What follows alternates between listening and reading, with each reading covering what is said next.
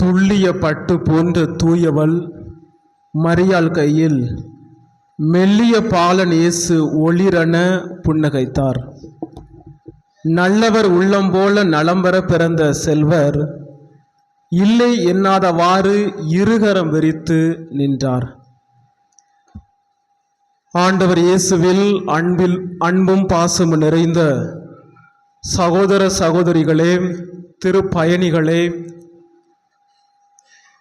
அனைவரும் நலமோடும் மகிழ்வோடும் வாழ்ந்து கொண்டிருக்கின்ற இந்த தருணத்தில் நம் அகில உலகமே இன்று அகமகிழ்ந்து அக்களிக்கின்றது, மகிழ்ச்சியால் பேறு வகை கொள்கின்றது. அன்னை மரியாதையுடைய பாடல் ஏற்றவாறு ஆண்டவரை எனது உள்ளம் போற்றி பெருமைப்படுத்துகின்ற என்று சொல்லக்கூடிய விதத்தில் நம்முடைய உள்ளமும் இல்லமும் உறவுகளும் இன்று பேறு வகையால் அகமகிழ்ந்து அக்களித்து கொண்டிருக்கிறோம்.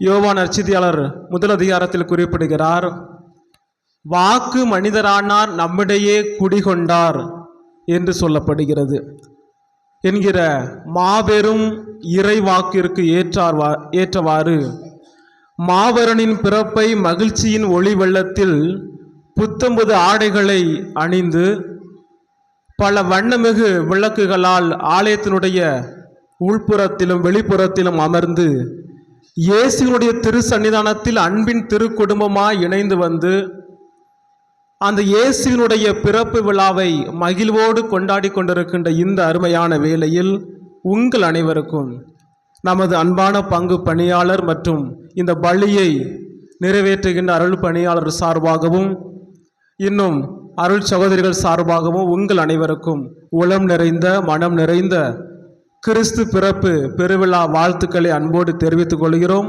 அனைவரும் கரவொலி எழுப்பி நமது நன்றியை பாலன் இயேசுவுக்கு தெரிவித்துக் கொள்வோம். அனைவருக்கும் கிறிஸ்து பிறப்பு விழா நல் வாழ்த்துக்கள். அதனால் இப்போ பக்கத்தில் உள்ளவங்களை பார்த்து என்ன செய்யணும், ஹாப்பி கிறிஸ்மஸ், சரியா? கொடுக்கும்போது பார்த்து கொடுக்கணும். நல்லா கை கொடுத்து குளிக்க சொல்லுங்கள் பார்ப்போம். தூங்கிடுவியே இல்லைன்னா. Very good. வெளியும் சொல்லலாம். எப்படி? வெளியே உள்ளவங்க வெரி குட். அனைவருக்கு கிறிஸ்து பிறப்பு விழா நல்வாழ்த்துக்கள். சரி, போதும், ரைட். அன்பிற்கினியவர்களே, கிறிஸ்து பிறப்பு விழா என்பது ஒரே வரியில் நாம் சொல்ல வேண்டும் என்று சொன்னால் இன்றைய நற்செய்தி வாசகத்தில் சொல்லப்படுகிறது, முதலாக கிறிஸ்துவின் பிறப்பு இந்த இடையர்களுக்கு அறிவிக்கப்பட்ட போது வானதர் சொன்ன ஒரே ஒரு வார்த்தை, அஞ்சாதீர்கள், பெரு மகிழ்ச்சியூட்டும் நற்செய்தியை உங்களுக்கு அறிவிக்கிறேன் என்று சொல்லப்படுகிறது.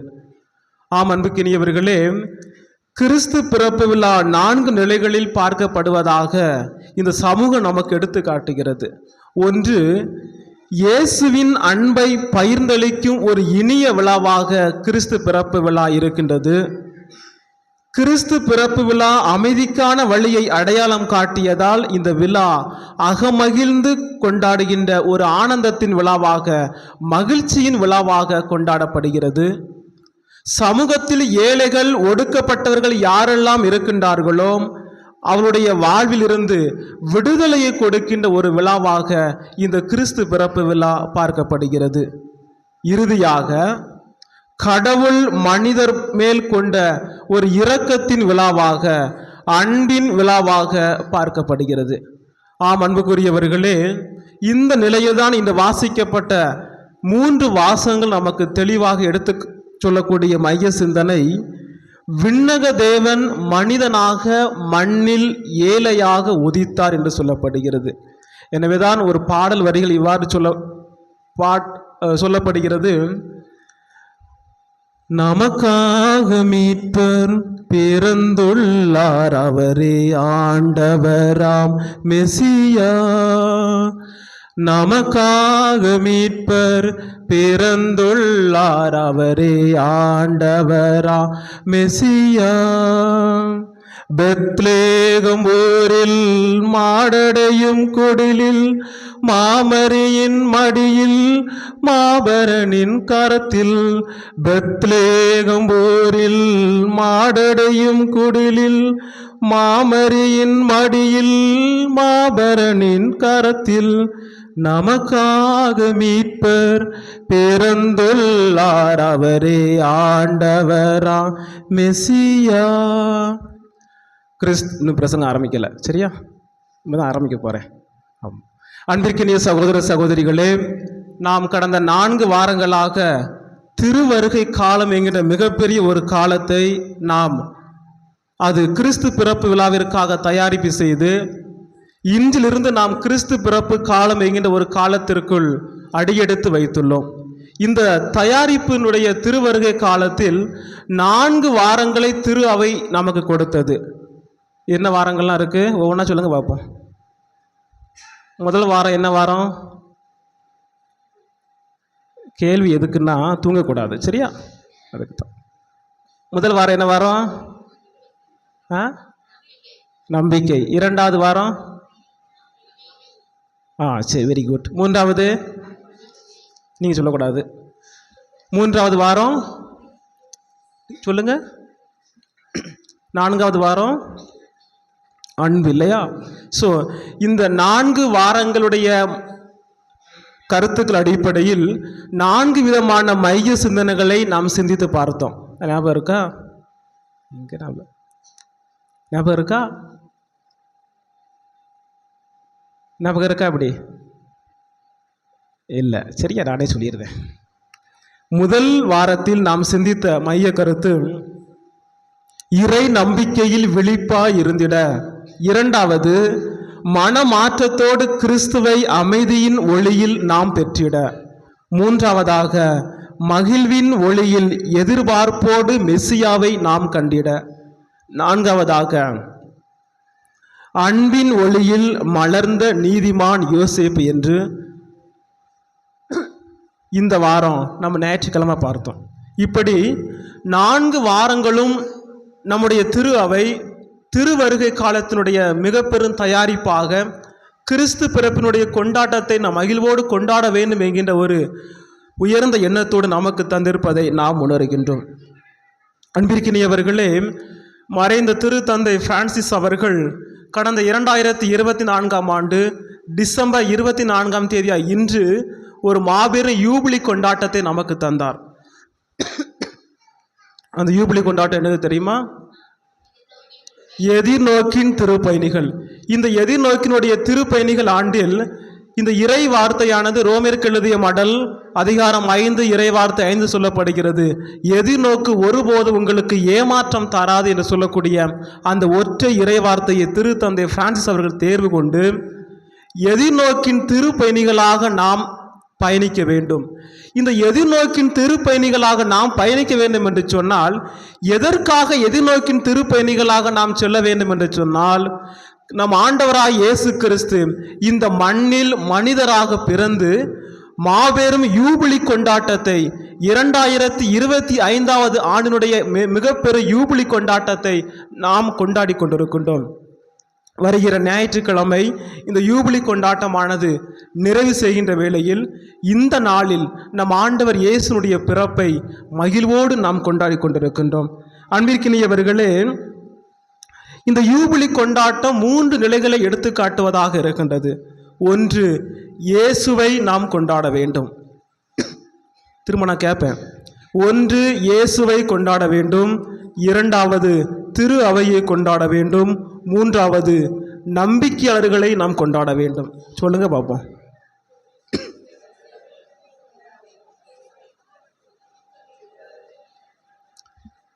மரியா டீச்சர் சொல்லுங்க. சொல்லுங்க.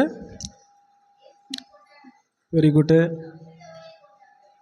சரி சரி, வெரி குட்.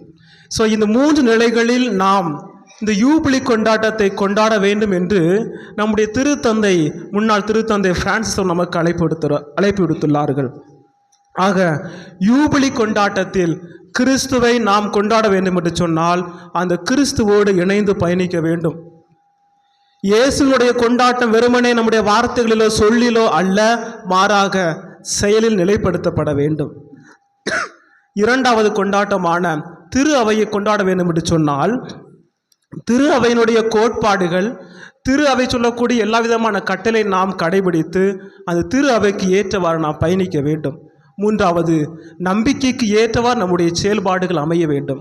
அன்பிற்கினியவர்களே, நம்முடைய கிறிஸ்தவ நம்பிக்கைகள் சிறப்பாக அருள் அடையாளங்கள், திருப்பலி, பக்தி முயற்சிகள் இவை அனைத்தையும் கடந்து சகோதரத்துவ சமத்துவ நோக்கத்தோடு நாம் பிறருக்கு பணி செய்கின்ற போது நம்முடைய நம்பிக்கை சார்ந்த வாழ்வுகள் ஒவ்வொரு நாளும் கிறிஸ்துவின் முன்னிலையில், திரு அவையின் முன்னிலையில் கொண்டாடப்படக்கூடிய ஒன்றாக இருக்கின்றது.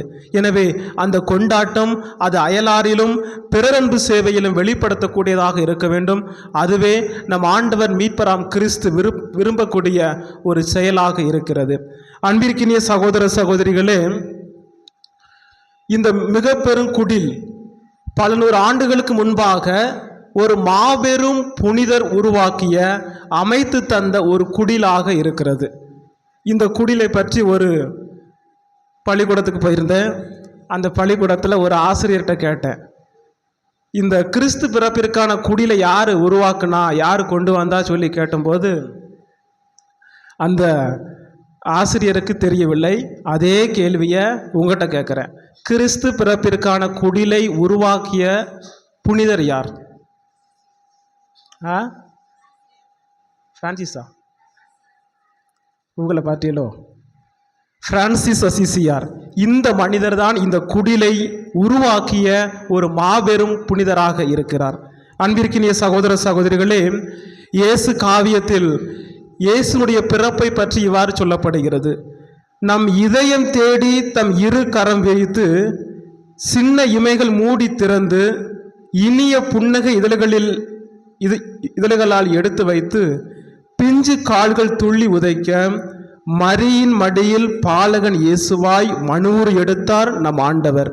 காரணம், அவர் இம்மானுவேலாய் நம்மோடு பயணிக்க, இம்மானுவேலாய் நம்முடைய குடும்பத்தில் நாம் செல்லக்கூடிய பயணங்களில் நம்மோடு உடன் பயணிக்கின்ற ஒரு கடவுளாக நம் ஆண்டவர் இயேசு கிறிஸ்து இருக்கிறார். இந்த நிலையில் எண்ணி பார்க்கின்ற போது யோவானுக்கு எழுதிய நற்செய்தி அதிகாரம் 1 இறைவார்த்தை 14 நாம் வாசிக்கிறோம், வாக்கு மனிதரானார், நம்மிடையே குடிகொண்டார் என்று சொல்லப்படுகிறது. ஆக நம்மை தேடி வந்த கடவுளாக, நம்முடைய குடும்பத்திற்கு அமைதியையும் மகிழ்ச்சியையும் சமாதானத்தையும் ஒற்றுமையும் தருகின்ற ஒரு தெய்வமாக நம் ஆண்டவர் இயேசு இருக்கிறார். எனவேதான் இயேசுனுடைய பணி வாழ்க்கை நாம் பார்க்கின்ற போது இயேசு மக்களை தேடி சென்று பணி செய்தவராக, மக்களோடு உடன் உழைத்த ஒரு பணியாளராக இருப்பதை நாம் பார்க்கிறோம். இந்த நிலையில் எண்ணி பார்க்கின்ற போது அறிஞர் ஒருவர் சிறப்பாக அறிவியலுடைய மிக பெரும் தத்துவத்தை புரிந்து கொண்ட அறிந்து கொண்ட அறிஞர் நீல் ஆம்ஸ்ட்ராங் முதலாக நிலாவில் காலடி எடுத்து வைத்த ஒரு நபராக இருக்கிறார்.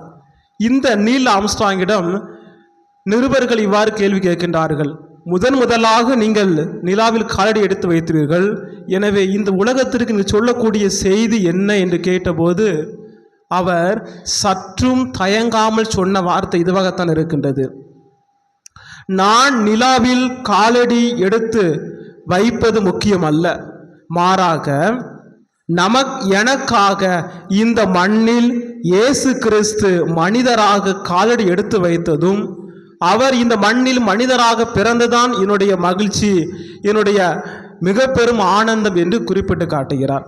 அன்பிற்கினியவர்களே, நீல் ஆம்ஸ்ட்ராங் மிகப்பெரிய ஒரு விஞ்ஞானியாக இருக்கலாம், இருந்த போதிலும் அவர் நான் முதலில் நிலாவில் காலடி எடுத்து வைத்து என்று சொல்லக்கூடிய அந்த நிலையை கண்டு பெருமிதம் கொள்ளாமல், கிறிஸ்து எனக்காக இந்த மண்ணில் மனிதராக பிறந்துள்ளார், அதுவே எனக்கு மிகப்பெரிய மகிழ்ச்சி, அதுவே எனது வாழ்க்கைக்கு மிகப்பெரிய ஒரு அருள் என்று சொல்லி அவர் அந்த எண்ணத்தை சொன்ன ஒரு நிகழ்வாக பார்க்கப்படுகிறது. எனவே தான் லூக்கா நற்செய்தி அதிகாரம் 1 இறைவார்த்தை 79 வாசிக்கிறோம், விண்ணிலிருந்து விடியல் நம்மை தேடி வருகிறது.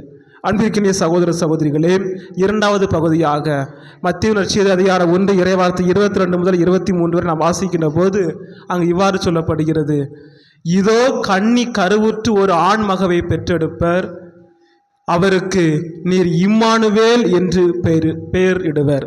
இம்மானுவேல் என்றால் கடவுள் நம்மோடு இருக்கிறார் என்று பொருள் என்று சொல்லப்படுகிறது. ஆக ஆண்டவர் இயேசு கிறிஸ்து ஒரு விருந்தினராகவோ நம்முடைய இல்லத்தில் ஓராண்டோ அல்லது ஒரு மாதம் காலமோ தங்குவதற்காக அவர் வரவில்லை. நம்மோடு உடன் பயணிப்பவராக, நம்முடைய தேவைகளை எல்லாம் நிறைவு செய்யக்கூடியவராக, நம்முடைய துன்பங்கள் நாம் படுகின்ற போது நமக்கு இன்பத்தை தரக்கூடியவராக, நமக்கு ஆறுதல் தரக்கூடியவராக, நம்முடைய குடும்பத்திற்கும் நம்முடைய பணிகளுக்கும் மகிழ்ச்சியையும் அமைதியையும் தரக்கூடிய ஒருவராக அந்த இம்மானுவேலுடைய கடவுள் நமக்கு இருக்கிறார். எனவேதான் நமக்கு நற்செய்தி குறிப்பிட்டு காட்டுகிறது, இதோ உலகு முடிவரை என்னாலும் நான் உங்களோடு இருக்கிறேன் என்று சொல்லி அந்த இயேசு கிறிஸ்து நமக்கு மிக பெரும் அழைப்பை எடுத்து காட்டுகிறார். மூன்றாவதாக லூக்கா நற்செய்தி அதிகாரம் 2 இறைவார்த்தை 10 வாசிக்கிறோம். இன்று வாசிக்கப்பட்ட நற்செய்தி வாசகத்தில், அஞ்சாதீர்கள், இதோ பெரும் மகிழ்ச்சியூட்டும் நற்செய்தியை நான் உங்களுக்கு அறிவிக்கிறேன். இந்த நற்செய்தி முதலாக கிறிஸ்துவின் பிறப்பு அன்று இடையர்களுக்கு அறிவிக்கப்பட்ட ஒரு அறிவிப்பாக பார்க்கப்படுகிறது. ஆக கிறிஸ்துவின் பிறப்பு கிறிஸ்தவர்களுக்கு மட்டுமல்ல, கிறிஸ்தவத்தை கடந்து, மதங்களை கடந்து, மொழிகளை கடந்து, பல்வேறு விதமான வேறுபாடுகளை கடந்து எல்லா மானுட சமூகத்திற்கும் கிறிஸ்துவின் பிறப்பு அறிவிக்கப்படக்கூடிய ஒன்றாக இருக்கின்றது. ஏனென்று சொன்னால் கிறிஸ்துவின் பிறப்பே இம்மக்களுக்கு மகிழ்ச்சி தரக்கூடிய ஒன்றாக இருப்பதை நாம் பார்க்கிறோம்.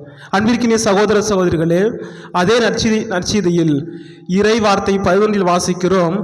தீவன தொட்டியில் இயேசுவை அன்னை மரியாவும் சூசையப்பரும் கிடத்தினர் என்று சொல்லப்படுகிறது. தீவன தொட்டி தான் இடையர்களுக்கு மிக பெரும் அடையாளமாக பார்க்கப்பட்டதை நாம் பார்க்கிறோம். இந்த தீவன தொட்டி ஆடு மாடுகள் உணவருந்துகின்ற ஒரு இடமாக பார்க்கப்படுகிறது.